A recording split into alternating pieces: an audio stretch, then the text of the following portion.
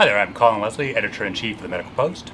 And I'm Tristan Bronca, the staff writer at the Medical Post. So as we do every time we put out a new issue of the Medical Post, we talk about topics from that issue. And up first, we've got the new anger among Ontario's doctors. So I understand you did your editorial on this, and it's basically a throw to a white paper, first white paper that the Medical Post has ever done. So let's start off with the title, The New Anger Among Ontario Doctors. What does that mean? So I think basically what I did is I reached out to our physician advisory board and I started to sort of see what they thought about it. And it was something you sort of feel about in Twitter and certainly our online comments. You know, doctors were expressing a lot of anger. And then after sort of consulting with them, I sort of realized there were sort of three things about it. One, there's a money aspect, so we can talk about that. And then there's non-money aspects, and then there was just some generational shifts that I thought around what's happening in that. So let's start with the obvious one, I think, which is the money aspect. Obviously, I do a lot of work online, and I read the comments, and typically the pocketbook stories are the ones that I think generate a lot of angry feedback, I guess. So what is it about money, I think, that gets doctors so riled up? Yeah, well, you know, so dialing down from 40,000 feet, in Canada, of course, each province negotiates with the doctors in their province for fees. And in Ontario, the biggest province in Canada, there's a big fight right now because the number of people in the province and the costs for how much healthcare is rising faster than the province wants to pay for those things because they've had their fiscal problems. So they've been effectively cutting doctors' fees in this province. Well, you know, it's the psychology of a loss. People hate losing money, so it's people are pissed off, and certainly, you know, you're seeing that when you interview people and deal with them on that level. So I think that's a big cause of anger around that, and I think it's justified to some extent because some of the language that's been used. I mean, the health minister in Ontario, Dr. Eric Hoskins, a physician as well, is certainly said Ontario doctors are the highest paid in Canada. And when you look at purely gross payment per doctor, that's true. But if you look at a little more nuanced thing of how much work Ontario doctors do, they provide a lot of services compared to the average in Canada. They're actually, it varies by specialty, but it's not that high. So I think that's the financial part of it. Okay.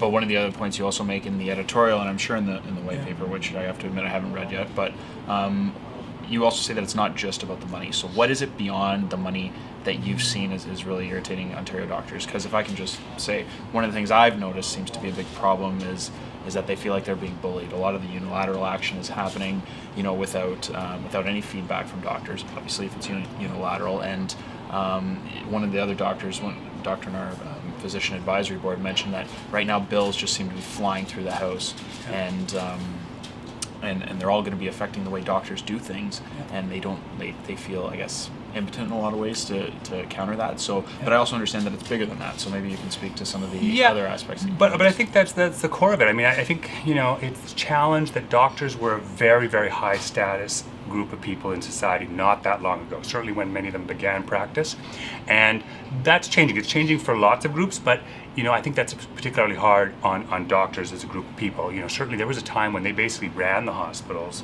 in Canada, and now it's being done by bureaucrats. So there's this loss of control, and the regulatory bodies, the colleges of physicians and surgeons in Canada, they take a lot more control over how they do, and even how the public perceives. I asked one of our doctor advisory board members about this, and she said, she feels second guessed by the public, by the media.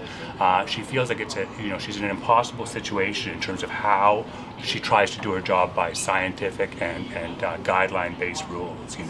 So let's talk about, I guess, the generational divide here. So I have noticed that the majority of our readers tend to be maybe a little bit older, part of an older generation, and they're obviously very upset. But I don't think it's just restricted to them either. I think there's also a new generation of doctors who are also upset. In your experience, are they less upset, more upset, different kind of upset? Can you speak to that a little bit? I think they're just as upset. What I think, and I asked one of our physician advisory board members, had just graduated from medical school, and he said when he thought about his class, so the class of 2016, he said they are much more pro-government control over healthcare than traditionally was true in Canada, where it was a very proudly independent profession, and so I think that group of people is more comfortable with government control. So there's a difference happening around that. They're more. Canada is unusual as a Western country in that drugs are not covered. We don't have a national pharmacare program, and he said, and I think this is my own observation, is young doctors are highly for this. So I think that's one of the changes around that. So I also wanted to ask you about the impact of this new anger sort of nationally. You mentioned in your editorial that there are, and I think you did now actually, that there are about 40% of the nation's doctors in Ontario, and that has an effect on the mood nationally, you think. Just tell me more about why you think that what's happening in Ontario is actually affecting doctors sort of in other provinces. Well, I think the non-money factors that are driving the new anger are happening across the country. That's surely true. Certainly in other provinces, Quebec, the province is really, it isn't clamping down on their fees as much, but it's certainly trying to control how doctors practice medicine a lot more. And in other provinces, they are passing their fee deals, not with very big increases. So the conflict isn't as high, but I think it's a tenure change has happened around Canadian doctors around this. Mm-hmm.